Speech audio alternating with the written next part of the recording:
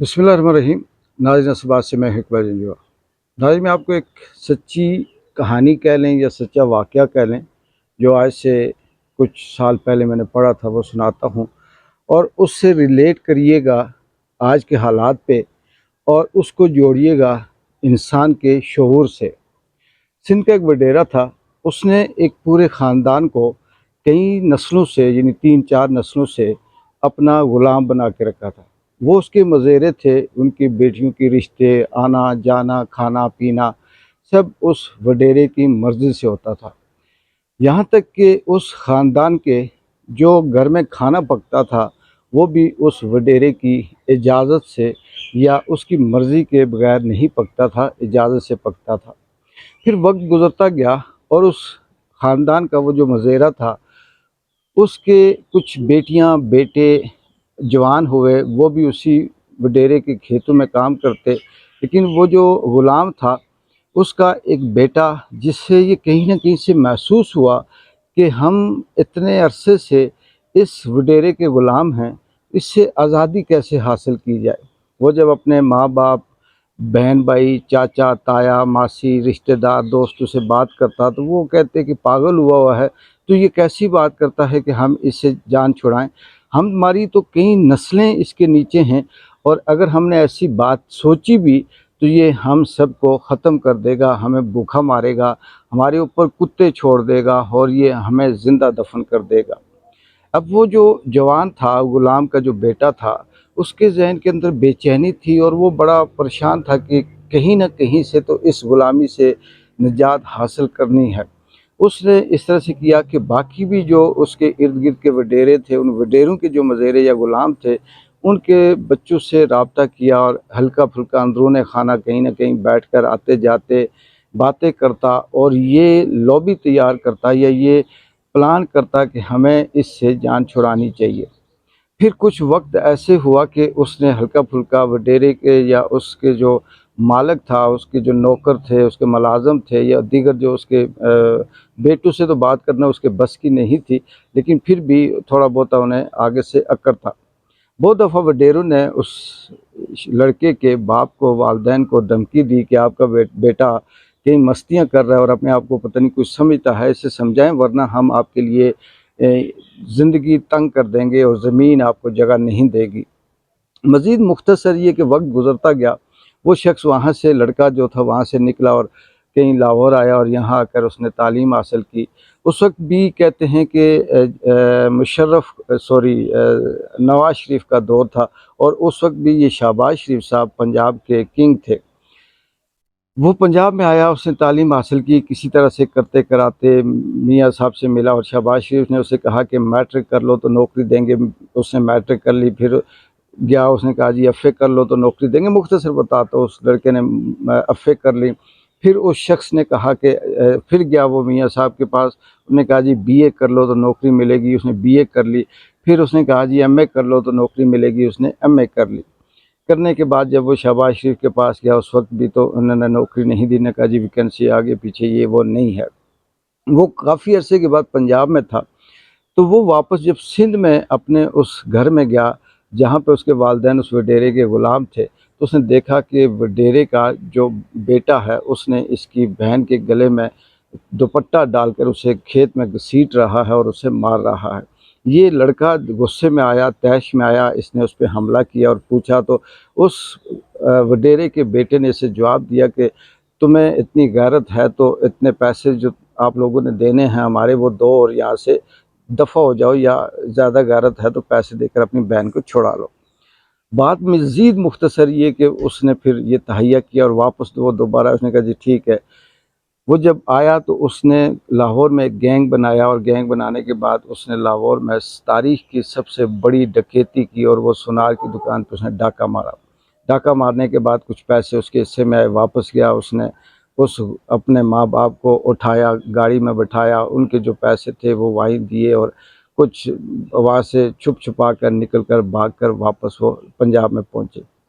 जब पंजाब में पहुँचे तो इधर से उसके ख़िलाफ़ पर्चा कट चुका था, एफ़आईआर दर्ज थी और वो गिरफ़्तार हो गया। जब गिरफ़्तार हुआ तो जज के पास गया। उस वक्त के जज शायद के ये काजी जैसे नहीं थे, बीच में अच्छे जज भी होते हैं।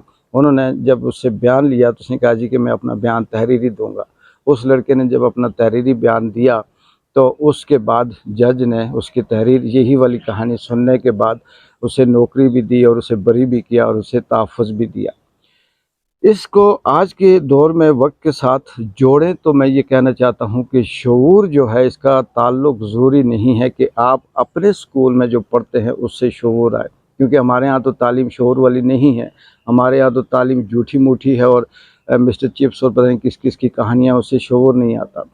ये ग्लोबल विलेज है, शऊर कहीं से भी आ सकता है। आप सोशल मीडिया में पूरी दुनिया से कनेक्ट हैं, आप दुनिया भर के जो ममालिक हैं उनके हालात, उनकी जो करंट अफेयर हैं वो देखते हैं, सुनते हैं, निज़ाम ज़िंदगी देखते हैं, रूल ऑफ लॉ को पढ़ते हैं, तो कहीं न कहीं से शऊर आपके अंदर आता है।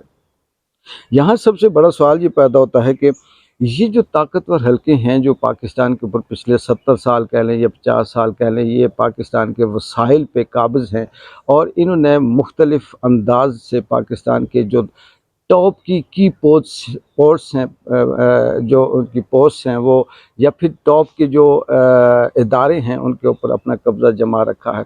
वो किसी न किसी रंग रूप में पाकिस्तान के ऊपर इस तरह से कब्ज़ा है कि आईजी अपना है, डीआईजी अपना है, सेक्रेटरी अपना है, वज़ीर ख़ारजा दाखिला अपना है, कुछ इदारे हैं उनके ऊपर जो बैठे हुए मैनेजर जीएम टाइप लोग हैं वो अपने हैं, और करते करते पूरे पाकिस्तान के निज़ाम को अपने काबू में ले रखा है।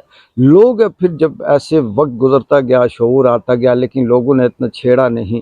लेकिन जैसे ही इमरान खान ने या कुछ सिस्टम के अंदर ऐसा शऊर आया और उसने टक्कर ली और उसने ये बात की, तो वो शऊर जो लोगों के अंदर कहीं डका हुआ था, रुका हुआ था, उसके इंतज़ार में थे, और उस शऊर ने ब्लास्ट होकर लोगों के जहन में बातों को ठोंसना शुरू कर दिया, समझना शुरू कर दिया कि वाकई ये सही बात है और ऐसा ही है कि हम आज़ाद नहीं हैं, हमारे यहाँ कानून नहीं है, जिसकी लाठी उसकी भैंस है, जो ताकतवर है वही इस मुल्क का मालिक है, चाहे वो गांव के लेवल पे हो, ज़िले के लेवल पे हो, या किसी सूबे के लेवल पे हो, या मुल्क के लेवल पे हो, इवन के घर के लेवल पे आप देखें, तहसील के लेवल पे भी देखें, तो जिसकी ताकत है, जिसके पास पैसा है, जिसकी बरादरी है, कुंबा कबीला है, वही सब कुछ बना फिरता है और उसी का सब कुछ होता है। ये चीज़ें फिर बढ़ते बढ़ते यहाँ तक आ गई कि अब पाकिस्तान के अंदर बच्चे बच्चे को ये समझ आ गई, बूढ़े को, सबको, चाहे वो कंप्रोमाइज़ है नहीं है, उन्हें समझ आ गई कि हम कहीं ना कहीं से गलत ट्रैक पे हैं और हमारी तबाही बर्बादी की असल वजह ये हो सकती है। और जब वो उन्होंने आवाज़ उठाने की कोशिश की तो सिस्टम ने रिएक्ट किया, और सिस्टम ने अपने आप को बचाने के लिए, अपनी उस वडेरा शाही को, उस ताकत को बचाने के लिए, इसने फिर उस वडेरे की तरह कभी कुत्ते छोड़ना शुरू कर दिए, कभी गोलियां मारना शुरू कर दी, कभी अगवा, कभी उठाना, कभी गिरफ्तारी, कभी धमकी। और वो जो सारी तवज्जो, जो एनर्जी, जो थिंक टैंक थी, जो सलाहियत थी, जो इस मुल्क की बेहतरी के लिए, जो आवाम की तामीर और तरक्की के लिए, आवाम के बेहतर इंफ्रास्ट्रक्चर के लिए या मुस्तकबिल के लिए लगानी थी, वो एनर्जी इन्होंने उठाना, लोगों को गिरफ़्तार करने पे लगा दी। इसकी मिसाल यहाँ तक देखेंगे, कल से एक ऑडियो वायरल है। ऑस्ट्रेलिया में एक पाकिस्तानी रहता है उसने कहीं ट्वीट किया, और जो उस बकौल उसके कि वो कई महीनों के बाद कोई ट्वीट करता है, ट्वीट इमरान खान के हवाले से, पाकिस्तान में रूल ऑफ लॉ के हवाले से किया। उसके भाई को किस तरह से उठाया गया, फिर उसकी आवाज़ सुनाई जाती है, उसको मारा जाता है और उसे ये कहा जाता है कि ये ट्वीट डिलीट कर दो और आइंदा ट्वीट ना करना। इससे भी एक सवाल ये पैदा होता है कि क्या ऐसा करने से ऐसा हो जाएगा? ट्वीट ना करने से क्या नफ़रत ख़त्म हो जाएगी? या किसी एक शख्स के ट्वीट ना करने से जो शऊर की लहर है वो रुक जाएगी? इमरान खान बेगुनाह बंद है, ये कहना छोड़ने से क्या वाक़ई वो गुनहगार हो जाएगा? क्या एक शख्स नहीं कहेगा तो दूसरा नहीं बोलेगा? यहाँ पर ये जो फस्तायत या अपनी मर्ज़ी से ज़बरदस्ती मैं हूँ और मैं ही सब कुछ हूँ कि कहने पे मजबूर करने का जो निज़ाम है, मैं खुदा हूँ, मैं रोज़ी देता हूँ, मैं रोटी देता हूँ, मैं सांसें लेता हूँ, मैं सांसें रोक सकता हूँ, मैं सब कुछ, आपके माफ़ी मांगोगे तो मुझसे मांगोगे, अल्लाह के अलावा वो भी नहीं माफ़ कर सकता जब तक मैं ना माफ़ करूँ। ये निज़ाम जो इस मुल्क के अंदर आ चुका है, इससे लगता ये है कि इसमें सिर्फ़ इमरान खान एक सिंबॉलिक के तौर पर, इस्तारे के तौर पर, लीड के तौर पर, एक वो उस डूबते को तिनके के सहारे के तौर पर इस्तेमाल हो रहा है। इमरान खान वो बैसाखी है या वो सोटी है जो पकड़कर कोई शख्स उठना चाहता है लेकिन वो उठ नहीं सकता और उसे एक डंडा चाहिए, सोटी चाहिए जिसके सहारे वो उठे, या वो दीवार जिसको टेक लगाकर वो खड़ा होना चाहता है। इमरान खान असल में इस वक्त इस मुल्क का वो दीवार बन चुका है, वो डंडा बन चुका है जिससे ये अवाम खड़ी होना चाहती है। इस अवाम को अब खड़ा होने से कोई रोक नहीं सकता। अगर ये डंडा टूट गया तो वो किसी और अंदाज से खड़े होंगे, वहाँ भी अगर उन्हें नाकामी हुई तो वो लूले लंगड़े भी कहीं ना कहीं से जद्दोजहद करेंगे। लेकिन ये मुक़्तदर हल्के, ताकतवर हल्कों को सोचना चाहिए कि अब ये शुहूर की लहर ख़त्म नहीं होगी। बेहतर ये है कि इस फसाइयत से निकल कर ऐसा रास्ता हमवार किया जाए जिससे इस मुल्क से, इस अवाम से दोस्ती का तासर हो, बयानिया की हद तक नहीं, आयातों की हद तक नहीं, काम बातों की हद तक नहीं, अमली काम से, खामोशी से ऐसे काम किए जाएं जिससे आम आदमी को रिलीफ भी मिले और इस जगह पे रूल ऑफ लॉ भी हो। लेकिन ये हो नहीं सकता क्योंकि जो ताकतवर हल्के हैं, जो फैसला साज हैं, वो दलदल में इतने धंस चुके हैं, इतने धंस चुके हैं कि 99% वसाइल पे अगर उनका कब्ज़ा है तो वो 99% को कैसे छोड़ेंगे, ये उनके लिए मुश्किल है। लेकिन वक्त जो फ़ैसला करता है वो नमरूद शद्दाद जैसों को भी फ़ैसला करवा लेता है। वो फ़िरौन को जो खुदा था उससे भी ज़मीं बोस कर देता है।